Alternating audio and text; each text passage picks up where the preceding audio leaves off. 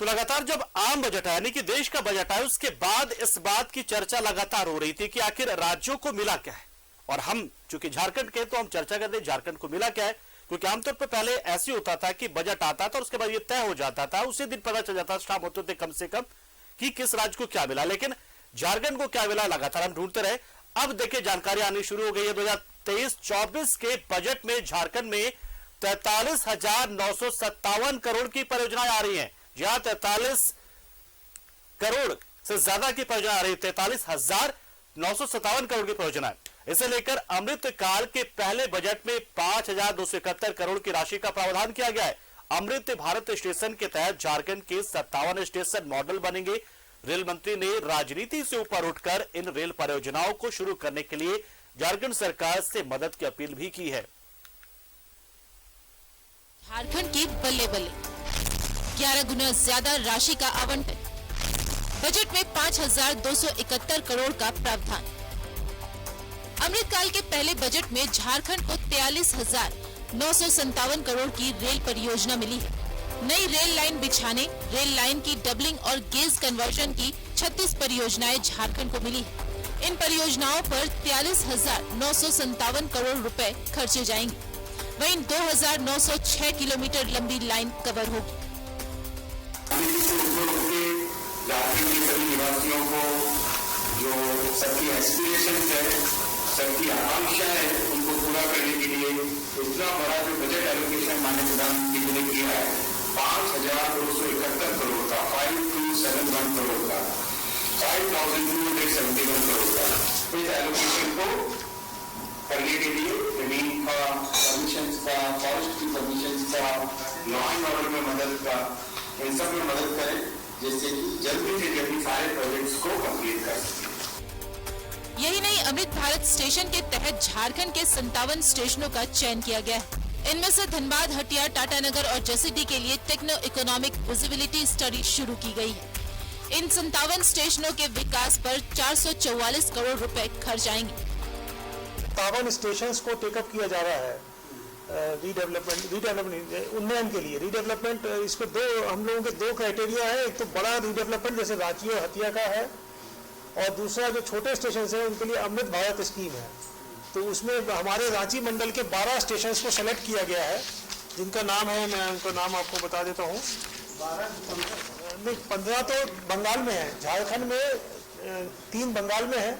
रांची मंडल में बंगाल और झारखंड मिला के टोटल 15 स्टेशन को दिया गया है। तो 12 झारखंड के हैं, जिसमें लोहरदगा, मुरी, नामकुम, रामगढ़ कैंट, सिली, टाटीसिल्वी, गंगा घाट, बानो, पिस्का, उहरगा, गोविंदपुर रोड, बालसरिंग। और बंगाल में है जालदा, सुईसा, तुलिन। साल 2009 से 2014 के बीच झारखंड को 457 करोड़ का बजट मिला था, लेकिन साल 2023-24 के बजट में 5,271 करोड़ का प्रावधान दिया गया है, जो कि पिछली बार से 11 गुना ज्यादा है। न्यूज़ 11 भारत के लिए रांची से राकेश कुमार की रिपोर्ट। रेल बजट में और चलिए रुक कर लेते हमारे सहयोगी राजेश का। राजेश, अगर हम देखें तो मतलब जाहिर सी बात है, फिर तो फोकस्ड एकदम रहा है झारखंड रेलवे के मामले में, कम से कम, क्योंकि रेलवे का बजट अपने आप में करीब 2.5 लाख करोड़ का है और उसमें से 43,000 आपको मिल जा रहा है। मतलब झारखंड पे पूरी दिलचस्पी है, यानी कि सरकार उन इलाकों में ज्यादा रेल नेटवर्क को बढ़ाने में लगी है जहां पर जो अछूते रेल नेटवर्क से। देखिए, रेल परियोजनाओं की जरूरत इस राज्य को है और राज्य सरकार की भी इसमें दिलचस्पी होनी चाहिए, तभी ये इतनी परियोजनाओं के लिए पैसे मिले हैं। क्योंकि राज्य सरकार के तरफ से भी एक मांग कहिए कि भेजी जाती है रेल मंत्रालय को, गाहे बगाए जब भी होता है तब कि ये कहाँ कहाँ क्या चाहिए देने चाहिए। तो इस प्रकार से रेल मंत्रालय ने जो आवंटित किए हैं 5,241 करोड़ रुपये, आप देखिए कि पड़ोसी राज्य बिहार की तुलना में यह कहीं अधिक है। वहाँ 7 गुना अधिक दिया गया है, चूंकि वह बड़ा राज्य है, वहाँ 7,000 समथिंग करोड़ दिया गया है। लेकिन एक आबादी और क्षेत्र के हिसाब से जिस प्रकार से फोकस किया गया है झारखंड को रेल परियोजनाओं के संदर्भ में, वह काफी महत्वपूर्ण है। और रेल मंत्री आज ऑनलाइन प्रेस कॉन्फ्रेंस कर रहे थे, 3 राज्यों का उन्होंने उल्लेख भी किया और क्या राशि आवंटित हुई है इसके बारे में उन्होंने जानकारी दी। अब DRM ऑफिस जो रांची रेल मंडल का है वहां इसका सीधा प्रसारण भी हो रहा था। तो उन्होंने कहा कि राज्य सरकार की अब अपेक्षा है उनसे कि जो रेल प्रोजेक्ट्स यहाँ आवंटित किए गए हैं या अभी जो चल रही हैं वो परियोजनाओं को पूरा करने में सहायता प्रदान करे। जैसे जो भी चीजें होती, चाहे वो लैंड एक्विजिशन से जुड़ा हुआ मामला हो, लाइन ऑर्डर से जुड़ा हुआ मामला हो, या फिर अन्य जो लॉजिस्टिक सपोर्ट्स होते हैं जो राज्य सरकार दे सकती है वो देना चाहिए। यह अपील उन्होंने तीनों राज्यों के सरकारों से किया, मुख्यमंत्रियों से किया कि जो रेल परियोजनाएं दी जा रही हैं उन पर उनका सहयोग अपेक्षित है।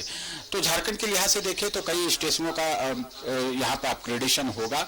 2 बड़े स्टेशन है जो रांची और हटिया, इसको तो अलग तरीके से इसके लिए बड़ी योजना है, प्रोजेक्ट्स है, इसको बड़े स्टेशन के कैटेगरी में रखा जाता है। बाकी जो 12 अन्य स्टेशन है उनको डेवलप करने का भी प्लान किया गया है इस बजट में।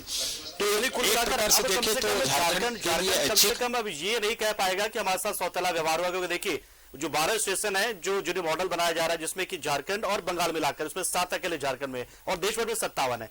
वही अगर हम बजट की बात करें तो बजट एलोकेशन जैसा कि जानकारी हमें मिल रही है कि मतलब 2.5 लाख करोड़ का टोटल रेलवे का, और उसमें से अकेले 43,000 करोड़ का आपको मिल रहा है, यानी कि करीब करीब 15 से 17% के आसपास, और वही स्टेशन के मामले में भी। तो ये अब कम से कम आरोप लगाने की स्थिति में नहीं रह गया झारखंड इस मामले में, रेलवे के मामले में तो कम से कम जरूर। देखिए चूंकि रेल प्रोजेक्ट यहाँ पर कम है और जिस प्रकार की भौगोलिक स्थिति है यहाँ पर रेलवे का विकास बहुत नहीं हो पाया, लेकिन आप देखिए कि जब झारखंड राज्य बना था उसी समय से रेलवे पर को लेकर यहाँ की सरकारें जो है गंभीर रही हैं। आप देखिए कि उस समय सरकार ने, जो बाबूलाल मरांडी की सरकार थी, उस समय रेलवे से ये समझौता भी हुआ था कि जो 2-3 का है यानी 66% झारखंड उसमें शेयर करेगा। वैसे आमतौर पर ये 50-50% का होता है शेयरिंग, लेकिन 66% चूंकि सरकार को ऐसा लगा कि हम अगर ज्यादा शेयर देंगे तो रेलवे जो है ज्यादा फोकस्ड होगा और हमें 33% से देकर ही योजनाओं को शुरू करेगा। तो ये उस समय की टैक्टिक्स थी, अच्छी थी कि ज्यादा से ज्यादा रेल प्रोजेक्ट मिले। बाद में उसे फिर 50-50% किया गया। तो रेल नेटवर्क यहाँ कम रहा है, इसलिए आप इसकी जरूरत यहाँ पर है और कई आधारभूत संरचना की जरूरत है इस क्षेत्र में। कई जगहों पर आरओबी की जरूरत है। तो देखिए आरओबी बनता है तो उसमें भी राज्य सरकार और रेलवे का अपना शेयर होता है, लेकिन उसमें लॉजिस्टिक सपोर्ट्स भी होने चाहिए। जो जमीन अधिग्रहण है, ये है लाइन ऑर्डर, इन सब चीजों को देखना होता है। तो इस लिहाज से देखें तो राज्य सरकारों की भूमिका महत्वपूर्ण हो जाती है अगर रेलवे समय पर पैसा आवंटित कर देता है। देखिए बजट ये प्रावधान हो जाने के बाद ये कहीं से शक सुबह नहीं रहता है कि पैसे का अभाव है, वो पैसे एलोकेट हो जाते हैं। अब जमीन पर काम करने की जरूरत होती है और जमीन पर काम करने के लिए तो रेलवे का अपना तंत्र है ही, लेकिन राज्य सरकार को जो है अपने स्तर से जो भी रेलवे को जरूरत हो सपोर्ट की वो देनी चाहिए। और इससे क्या है कि रेलवे प्रोजेक्ट जो है वो तेजी से बढ़ेगा, विस्तारित होगा, तो यहाँ की जनता को लाभ मिलेगा। तो इसमें दोनों राज्य सरकार और रेलवे दोनों का लगातार हम कह रहे हैं कि मतलब ठीक है कि झारखंड बंगाल के जो सर्कल है उसमें 57 में से जो है 12 के स्टेशन जो है उनको मॉडल बनाने के लिए सरकार ने मतलब मंजूरी दी केंद्र सरकार ने। ये तो चलिए इस स्टेशन की बात हुई, इसमें के 7 जो है वो झारखंड के होंगे, ठीक है, ये बात तो हो गई। लेकिन जो एक बहुप्रतीक्षित जो एक लोगों का इंतजार होता है, बहुप्रतीक्षित वो एक सपना होता है, वो ये कि ट्रेनें कौन सी मिलेंगी। क्या ऐसी भी कोई जानकारी आ रही? क्योंकि हालांकि पिछले दिनों संथाल से बहुत सारी ट्रेनें चलनी शुरू भी हो गई है, लेकिन फिर भी कुछ खास ट्रेनें मतलब है, कुछ ऐसे संकेत, कुछ जानकारी मिल पाई है?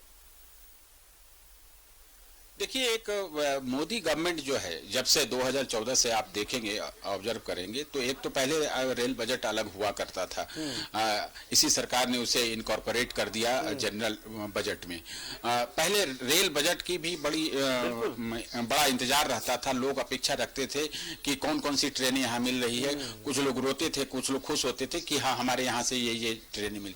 अब रेलवे ने, ये भारत सरकार ने रेलवे के माध्यम से ये एक रूटीन बनाया है कि जब भी जरूरत कहीं से महसूस हो कि ये ट्रेन यहाँ इस स्टेशन से इस स्टेशन तक की कनेक्टिविटी हमें देनी है, तो वो कनेक्टिविटी शुरू हो जाती है और उसके लिए बजट का इंतजार नहीं किया जाता। आप देखे होंगे कि हाँ, अब वो बजट में ये रिफ्लेक्शन नहीं आता है कि इतनी ट्रेनें दी गई, इतना एक्सप्रेस थे, इतना सुपर फास्ट, ये सब नहीं। अब ये परंपरा खत्म हो गई जब से रेल बजट को इनकॉर्पोरेट कर दिया गया जनरल बजट में, तो सारी चीजें हो गई। अब जब भी जरूरत हो, आज अगर जरूरत पड़ जाए कि रांची से पटना के लिए कोई स्पेशल ट्रेन दोपहर में चाहिए, तो उसके लिए भी ट्रेन तुरंत शुरू हो जाएगी।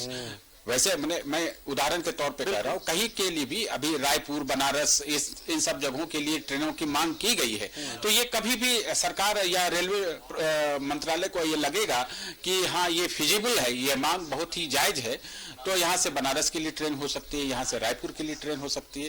तो सभी वर्गों के तरफ से जो मांग जाती है, तो वहाँ मंत्रालय इसका ध्यान रखते हैं और साथ में जो जनप्रतिनिधि हैं, यहाँ के जो सांसद हैं, वो भी इसमें बड़ा सहयोग करते हैं। वो भी अपने क्षेत्र की जनता की मांग को वहाँ रेल मंत्री के पास रखते हैं और चाहते हैं कि ये परियोजना पूरी हो या ये ट्रेन चले।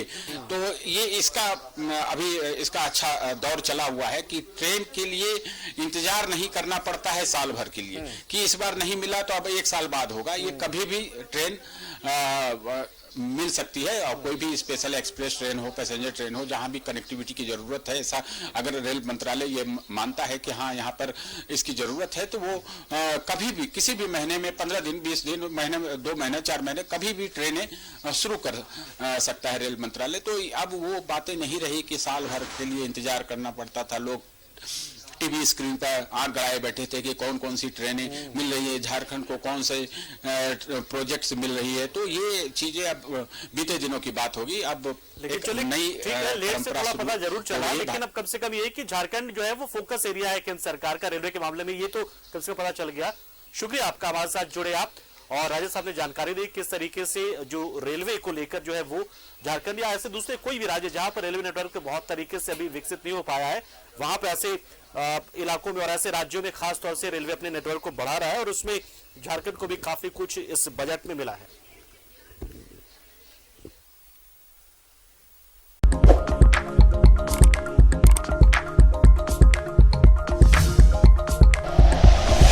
Like and share videos, subscribe करें हमारा चैनल और प्रेस करें बेल आइकॉन। न्यूज़ 11 भारत, सच है तो दिखेगा।